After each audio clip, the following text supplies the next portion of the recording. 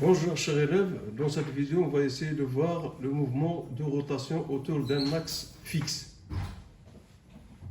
Donc comme vous voyez, un mouvement de rotation c'est un mouvement circulaire centré sur un axe. Comme vous voyez ici la résolution de la Terre autour du Soleil au bout de 365 jours. Donc il y a rotation de la Terre autour du Soleil. Donc c'est un mouvement circulaire et c'est un mouvement de rotation autour du Soleil. La même chose qu'on voyait sur cette barre, donc on constate que cette barre, il tourne autour de cet axe-là avec un angle θ. Donc la rotation, ce qu'on appelle θ, c'est l'angle, mais c'est l'angle de rotation, et oméga, on va le voir, est égal à θ point, ce qu'on appelle la vitesse angulaire.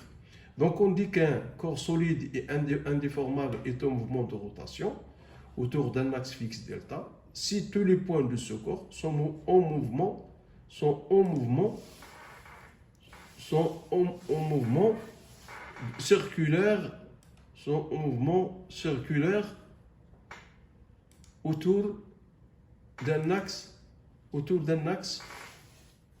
centré sur cet axe. Donc un corps indéformable est un mouvement de rotation autour d'un axe fixe delta si tous les points de ce corps sont en mouvement circulaire centré sur cet axe. Donc, et on a vu déjà dans les cas des mouvements, on a plusieurs types de mouvements. On a le mouvement de translation rectiligne, un mouvement curviligne et un mouvement de rotation. Donc maintenant on va passer à l'abscisse curviligne et à l'abscisse angulaire. Donc comme vous voyez sur ce cercle, donc vous avez un angle θ, la position du point M. Donc la position du point M, il est déterminé par AM, c'est-à-dire ce qu'on appelle l'abscisse curviligne. Et θ, c'est l'angle mais entre OA et OM, ce qu'on appelle abscisse angulaire. L'abscisse curviligne, c'est l'arc ST, c'est l'arc AM. Et la relation entre θ et R, donc on a l'abscisse curviligne S est égale à R, est égal au rayon de ce cercle fois θ.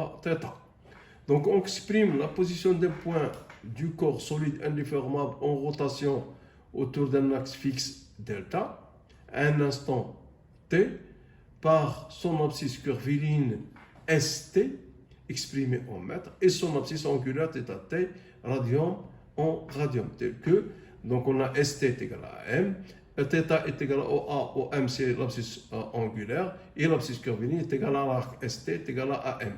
Et bien sûr, vous avez la relation entre l'abscisse angulaire et l'abscisse curviligne, S est égal à Rθ avec R sur le rayon de courbure. Passons maintenant à la vitesse. Donc on a la vitesse angulaire. Donc la vitesse angulaire, vous avez la vitesse angulaire moyenne et la vitesse angulaire instantanée.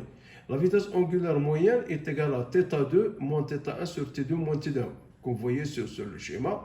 Donc il passe à l'instant t est égal à 0, donc à l'instant t est égal à 1, donc à l'instant t1, vous avez, elle est en m1, et à l'instant t2, vous avez m2. Donc pour déterminer la vitesse moyenne, la vitesse angulaire moyenne, c'est θ2 moins θ1 sur T2 moins T1, ce qui est donc oméga, la vitesse angulaire moyenne, delta est égal à delta θ sur delta t, il est exprimé en radians par seconde.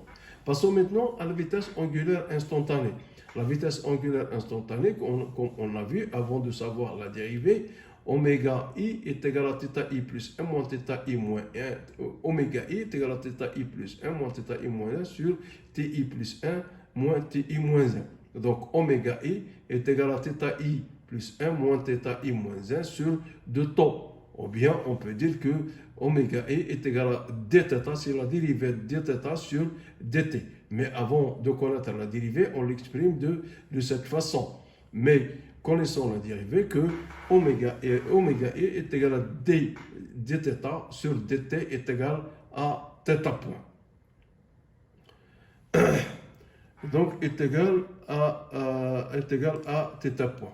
La vitesse linéaire, donc passons maintenant à la vitesse linéaire. Vitesse linéaire, V est égal à d de S sur dt. D'ailleurs, on sait bien que S est égal à Rθ.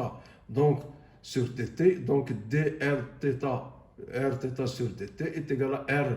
R c'est une constante, on peut le sortir, donc r dθ sur dt est égal à r oméga. Et donc il est exprimé en mètres par seconde. Passons maintenant au mouvement de rotation. Un mouvement de rotation, il peut être uniforme comme il peut être uniformément varié. Donc lorsqu'on parle d'un mouvement, comme on avait dans le cas du mouvement de rotation, de translation, uniforme, ça veut dire que la vitesse est égale à une constante.